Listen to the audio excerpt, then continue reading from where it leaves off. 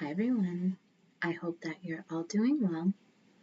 This video is a book review about a book that I purchased a few months ago from Thrift Books, and the title of this book is Qigong Energy Healing, 5 Elements Rejuvenation Therapy, the personal program to heal and strengthen your life with sounds, diet, mudras, timing, and the 5 rejuvenation exercises. And it's by Master Gao Yun and Master Bai Yin. But I don't know if that's how you pronounce their names, so if I mispronounced it, I'm sincerely sorry. But as I've stated in other videos before, I have been very busy, so I have been gravitating towards books that are either short, yet full of substance, or related to experiences that I'm going through that I feel will help me go through these experiences. I have also taken a deeper interest in diving into traditional Chinese medicine, Ayurvedic medicine, and Qigong. I do have a nice sized collection of Qigong books, and though I am mostly familiar with the terminology, I honestly feel that I haven't gone as deeply into it as I could go. I have not impressed upon my mind all of the terms and concepts or memorized them. I only have them floating randomly in my mind and piecing them together. So now I've made a conscious decision that this is what I'm going to do. I'm going to go through every single Qigong book that I have, and out of each book, I will create a worksheet or a study guide for myself so that it will be easier for me to learn and also to share with other people. So once I finish a study guide, I'll share them with all of you if you're interested. I'll just post it in my community wall. But this book I decided to grab because not only was the cover intriguing to me, but it was also pretty short. And when I read through this book, I was amazed at how much information they got into this tiny little book. It's always those tiny books that throw me off. It's always those tiny books that have so much information in them that you would never expect. But before I get into my review, let me share with you a little bit about the authors, Master Gao Yun and Master Bai Yin. These pictures, I'm pretty sure, are outdated because this book was published in 2001. So this is the first author, and this is the second. You see? So Master Bao Yin, she is also the mother of her. So this is a mother-daughter duo. Master Gao Yun is a Qigong master of extraordinary radiance, power, and experience. She is a professor at the Peking University, director of the Eastern Qigong Hospital in Peking. I don't know if it's Peking or Peking, so I'll just call it Peking. Chairperson of the International Qigong Institute and publisher of the China Qigong magazine. From 1985 to the end of the 90s, she commuted between China and California. Today, she lives in Taiwan and holds training seminars throughout the world. She has introduced more than 300,000 students in 28 countries to Qigong. Her path began many years ago with a Taoist hermit in the remote mountains of China. I wonder how long she had to study under the hermit. Or was the hermit a woman? I don't know. But that's really intriguing. Today, she is the youngest and only woman to be officially recognized by China as a Grand Master of Qigong. Her book, Qigong for Life, is a new therapeutic form of Qigong. Short, simple, but very effective exercises for the healing of basically multiple ailments. As a physician, she knows where the greatest problems are As a Qigong master, she has found the most gentle and effective manner of strengthening the life energy. Now, something about her bio that stood out to me was it says that she was the youngest and only woman to be officially recognized by China as a Grand Master of Qigong. And it made me reflect on my Qigong book collection. And honestly, I've only seen one other woman author who wrote a Qigong book for women. Most of the Qigong books I have related to women or related to Qigong were all written by men. So I'm wondering how many women Qigong masters there actually are in this day and age, and if there's more now than there were back then. But that's something I'll have to research. Now for the daughter. Master Bai Yin has been instructed in Qigong since early youth by her mother, Dr. Gao Yun. At the age of 29, she has already made a name for herself as probably the youngest internationally recognized Qigong master. She has trained more than 5,000 students to date and holds advanced training courses for Qigong in various countries. At the age of 13, she first came to America with her mother. She later studied at the University of California, from which she graduated with honors. In addition to the many seminars that they lead throughout the world, both mother and daughter work at their Center for Naturopathy in Taiwan. And the daughter also shows you the different exercises in the book. So that's pretty nice. It was very touching once I found out it was a mother-daughter duo. It made it seem more special to me, honestly. So I'm going to go through some of the chapters and read to you some basic Qigong information, but also some of the information that stood out to me, and hopefully you can relate. So chapter 1 talks about the 5 natural methods of healing. It compares Qigong, or alternative medicines, to that of conventional Western medicine.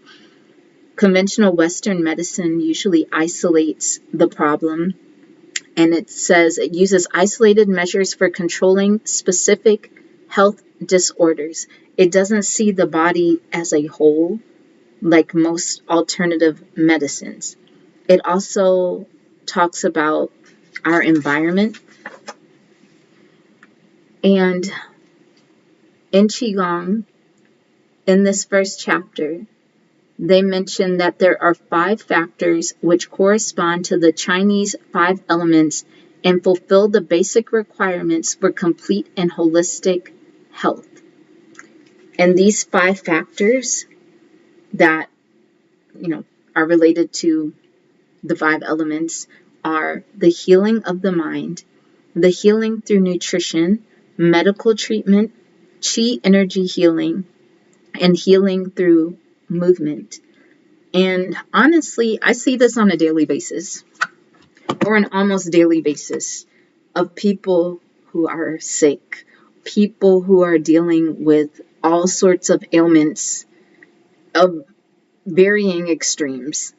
And most of the people, they'll only do 2 or 3 things.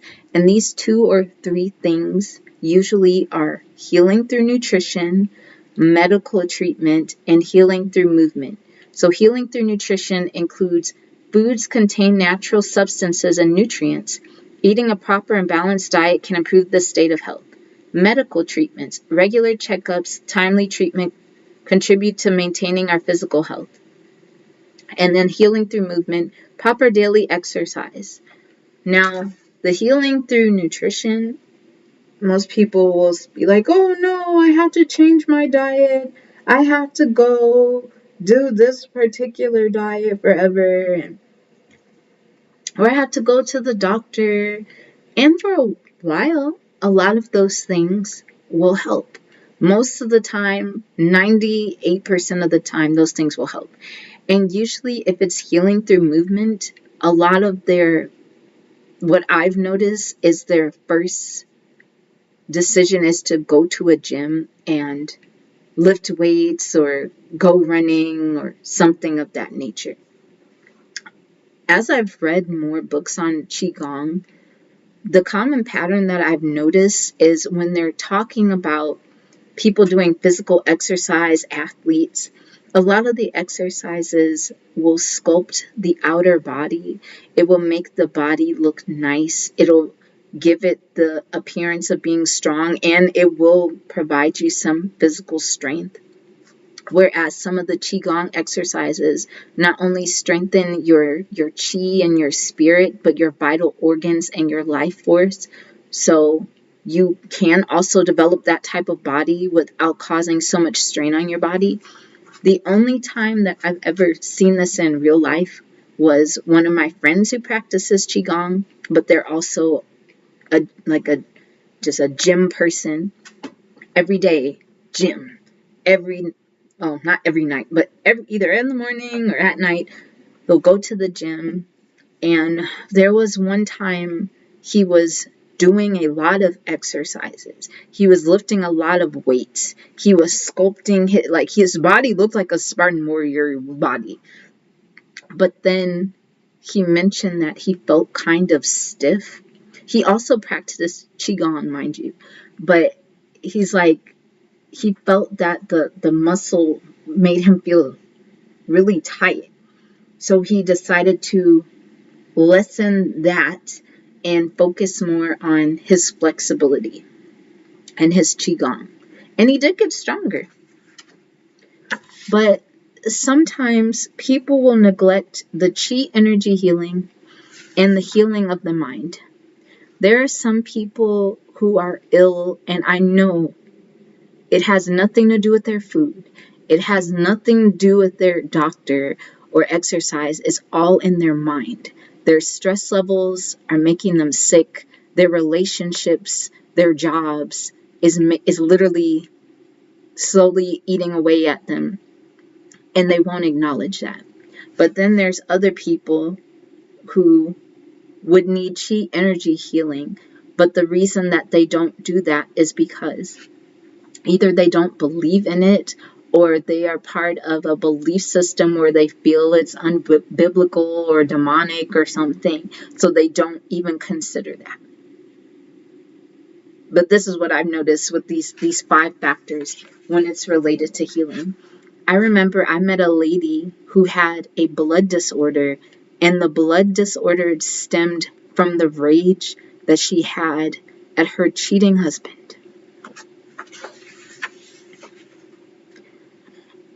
And that's just all her mind created this ailment because of the anger that she was housing at this toxic partner that she had. So if you're going to heal, you have to consider all aspects of your healing, not just portions of your healing. It's just like taking a bath, but like not using any soap. It's like, well, I got the water part right, but I don't need the soap. Well, that's a vital part too. Next chapter talks about Qi, the fundamentals of holistic healing. According to the ancient Chinese perspective, Qi is the basic force that is contained in all life forms and required to sustain life. In addition, it exists in the universe, in the heavens and on earth, as well as in all living creatures. Even though Qi cannot be touched or detected by the naked eye, it still exists everywhere. Now, Qi is called Qi in here, but Qi can go by different names depending on what system you are using. So some people might see it as prana or whatever terminology that they have. It talks about the diagnosis of illness through the telepathic perception of Qi. Longtime Qigong practitioners often experience the free flow of Qi within their body. At a certain level, their body will be permeated with Qi. This can be seen in their visible aura, flowing from the crown of the head. The force is powerful enough to heal others upon contact. It is even capable of exorcising evil. We consider this to be the highest level of Qigong.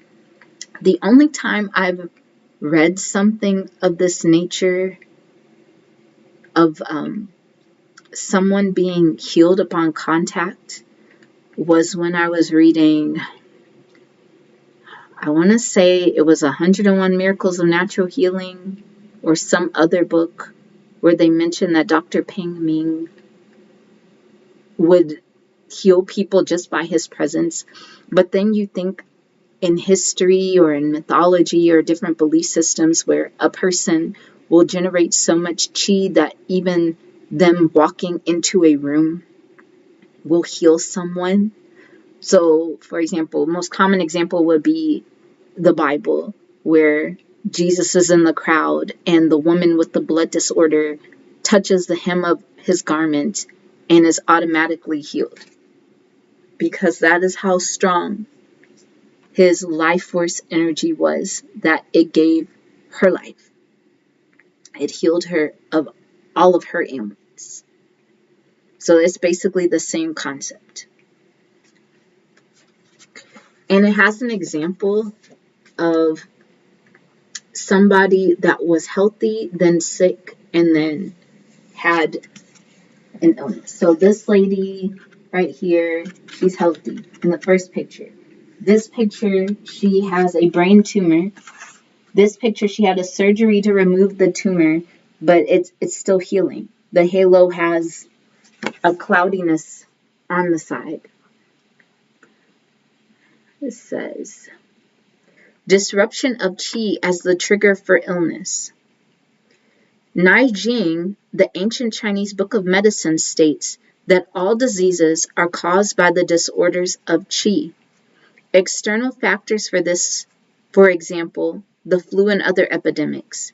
The internal factors are the diminished and or exhausted qi. The disorder of the qi occurs at the place where the problem is located. And such disorders can be divided into 3 categories: deficiency of qi, obstruction of qi, and inversion of qi. So what is deficiency? Deficiency is like prolonged illness, premature aging, toneless voice, lack of appetite, blah, blah, blah. Weakness, shortness of breath. Obstruction of qi will be the qi becomes blocked within the body, which can be compared to a traffic standstill. When this occurred, the meridians, energy channels in the bodies become blocked. All the organ functions are disturbed and begin to stagnate. And the inversion of qi is when it goes in the opposite direction. This condition is normally associated with the lungs and the stomach, but you can correct the qi with the use of Qigong. There are, if you practice Qigong enough, there was a point where I was doing the lift Qi up, pour Qi down. And when I say everything around me started changing, everything started feeling different. Even the environment I was in began to feel different. It was very strange because my Qi was moving. I was actually doing something to circulate the qi. I felt very strong. And then I stopped. I don't know why. I guess life. Chapter 3 talks about the 5 elements. And the 5 elements are divided into groups. And each of the elements are related to an organ and an emotion. The 5 elements are fire, earth, metal, water, and wood. They are related to an internal organ, which would be like the heart or the spleen, and it's inside. The external organ, like your hair, your fingernails, your nose. The sensory organ, those are the organs that your 5 senses. So your tongue, your mouth, your nose, your ears, and your eyes. They each have a structure, like your bones, skin, and they each have an emotion. And there are people who are the 5 elements predominantly. They are connected to different seasons. So If I was fire, my direction would be north. My season would be summer. The color would be red. Climax, I don't know what that means. Like climax. In general, the diseases of modern human beings can be divided into 5 groups according to the 5 elements.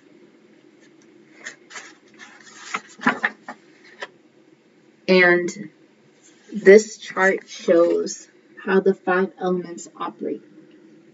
This first one, generation, is beneficial influence on growth, development, and prolongment. That's clockwise.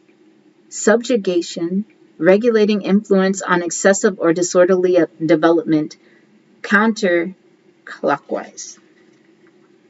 That part I still have to study. I'm still trying to get it. They also talk about the healing power of music.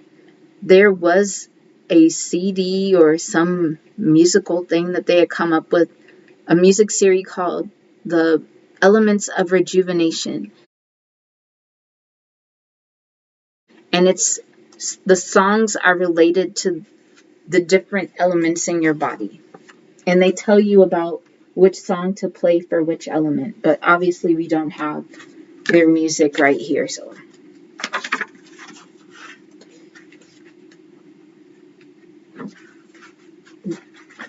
I don't know if this is chapter 3 or chapter 4.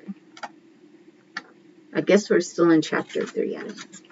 But in one of the chapters, it dives deep into what your element is as a person and the foods that you should eat, the parts of your body where you might deal with illnesses. So for fire people, I really think I'm a water person, honestly. Because this water person sounds like most of the stuff I'm dealing with as a person. Like, I'm like, yeah, this sounds like me. Healing foods for water people. Health disorders are chronic complaints related to the element. Lumbar pain, protrusion of lumbar, vertebral disc, irregular menstrual cycle, polyuria, bladder inflammation, chronic nephritis, male sexual dysfunction, impotence, premature ejaculation, tinnitus, and periodontitis. Foods with healing properties for water. Grain. So the grains would be coarse rice, spaghetti, linseed. Legumes, so each one they have a grain, a legume, a vegetable, a meat, a fruit, and then foods to avoid. Vegetables, okay, no, the legumes are bean sprouts and tofu. The vegetable is white cabbage, yam, potato, cauliflower, mushroom, black sesame. The meat would be beef, chicken, lamb, and mussels. Oh, I love lamb though. And I like beef too. No. Fruit, peaches, grapes, grapefruit, cantaloupe. I hate cantaloupe. I'm sorry, I just hate cantaloupe. Honeydew, blueberries, and strawberries. And foods to avoid. Monosodium glutamate, salty fish, marinated or smoked foods, alcoholic beverages, and chili peppers. Now, the salty fish I can understand. Even though I like fish, I do not like salty fish. Alcoholic beverages, I've never drank alcohol before. Or if I did, I might have taken like a sip, like a tiny, but I've never drank alcohol before. And then the marinated or smoked foods, I kind of get that because sometimes I'll have sauces and I'll get really sick from saucy food. And I'm just starting to realize that, like, sometimes I will be eating a food and it'll be so delicious, but the sauce upsets my stomach. They also have how to diagnose your illnesses through your hands. You see? The energy meridians of the hands. The thumb line strengthens the lungs and eliminates the toxic energy. The index finger helps regulate the liver, the stomach, the pancreas, and the large intestine. The middle finger helps with regulating the heart and circulatory system. The ring finger helps regulate the nervous system, vision, sense of equilibrium, and stimulation of hormones. And the little finger is for strengthening. And she also talks about the mudras, but she only shows a few of the mudras here. I actually have a book on mudras.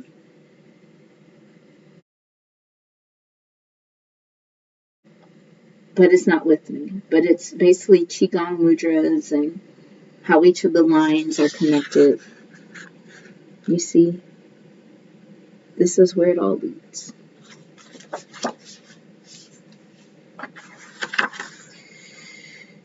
Let's see.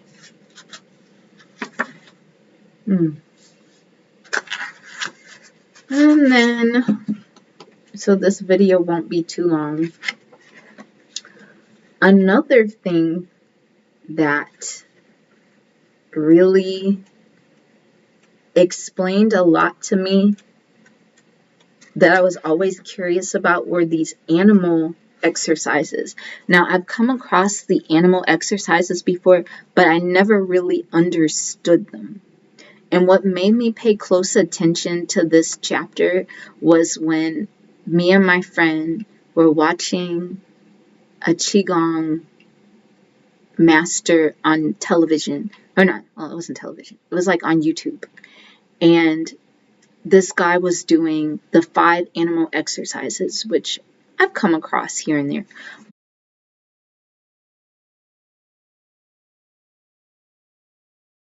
But the way he did it, he did the face of the animal and the movements, so you could truly imagine that this was the move of the animal. And that is what piqued my interest. But this chapter really explained how to properly do the animal movements. It says, hold on. Okay.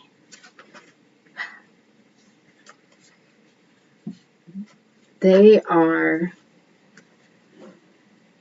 okay, 1 second.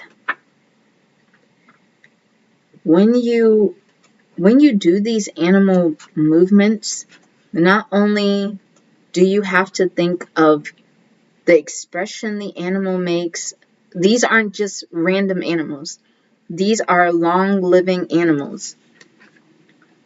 5-element Qigong, according to Gao Yun, is a unique exercise that imitates the gestures and movements of 5 long-living animals. It mainly has the purpose of restoring the balance of yin and yang to the entire body. When practicing the 5-element Qigong, pay attention to the following 3 types of regulation. The posture. In order to capture the essence of the animal's posture, each movement represents a separate character trait of a long-living animal.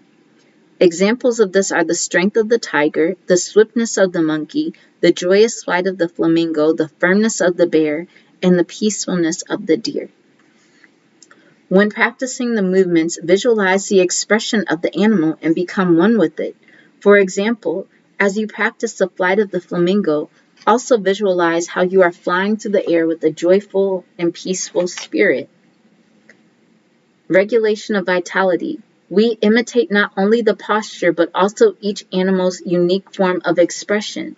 For example, when we practice the tiger exercise, we focus on the tiger's claws and imitate them together with the awe-inspiring expression in its eyes and its powerful vitality. I was like, I get it now. I get it now. I get it now. All those years that I've been reading these Qigong books, and they explain, and now I get it. I understand now. See, that's why I love these little books. Who would have thought? I would have found it in a little book. So, another thing I love is they tell you what happens when you practice the exercises. So these are all of the animals. movements that she's making. So for example, this is the flamingo. You see, she's so pretty. Hello. Hello, daughter. The flamingo is the fire exercise. The organ that is strengthened is the heart. The animal to imitate is the flamingo. The gestures are suppleness, lightness, like wings and flight. The vital expression is lightness, suppleness, joyful and serene spirit. And the type of visualization that you have is a joyful, pleasant feeling. So when you do this exercise, the reaction of your body should be the warming of the entire body, sweating, especially on the head. And the reaction of the 5 head openings are the trembling of the tongue and sounds from the mouth. With the monkey, most of them are just a warm sensation or sweating. Sometimes your nose will start running, or you might start burping, or your eyes will start watering. It's just amazing. And on this page, it explains conspicuous reactions while practicing the 5 elements rejuvenations exercises. You might have certain parts of the body will experience warmth, numbness, and swelling sensations. The temperature will increase in various locations. The organs of the face, ears, eyes, nose, mouth, and tongue serve as a window leading to the respective vital organs.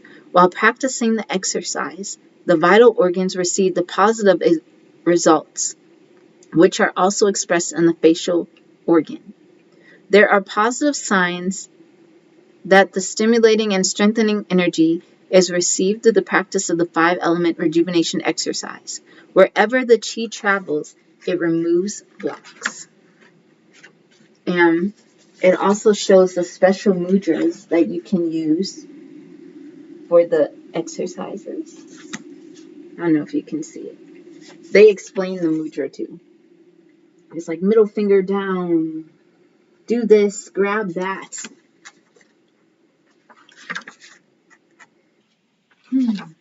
And then the last chapters are basically the animal exercises.